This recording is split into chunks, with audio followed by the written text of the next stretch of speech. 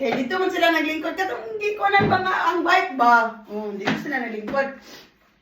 Yan na ang lalaki nga. May tanawon sila mo, anong nagsige mo pangatawa na sa sulod?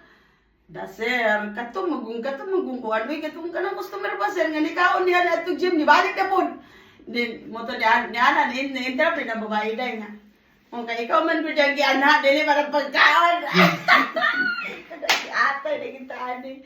Si ikaw yung gianha mo to nananghid sa dai nga mulakaw daw siya. Mubisita yan no, pero I just wanted to visit my parents sa weekend daw. I will gonna be come back in the next week. And I will be here in afternoon. Uy, ano pang gagawin mo dito sa afternoon? Nabuang man ka? No, it's okay sir. Oh my God, di ba I guess? Magstay mo na siya dito, 2 hours, 3 hours. Nabuang naman si Papa dahil. Yan ang gipangutana. Kaya piling na ugutan, signangod.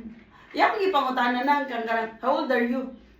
Di siyempre, nitubag na pagod 38 din. Hala kay, nitubag baka na siya perfect din. Durog katawa ang nipali. ang Nepali ang gikinig ko nga ha. Nitubag na pagod yung pangutana. Alam mo, bumakak ko no. Na perfect para ko ina daw friend na paktay niya. Nakatawa ko dahil kay gym man dahil na siya no. Ngano dumagdadara man siya bag.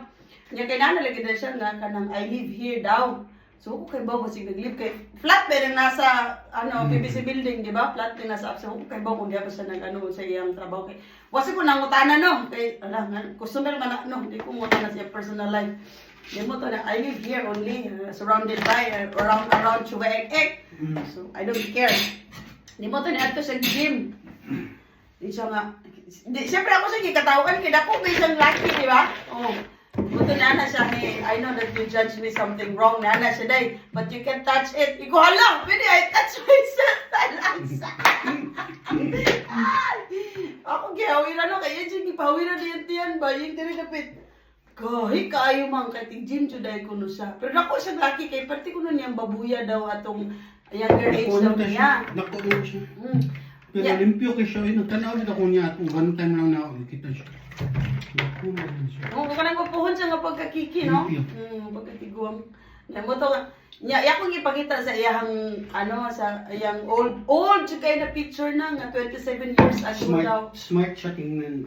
Wah! Kikilig na spike taday!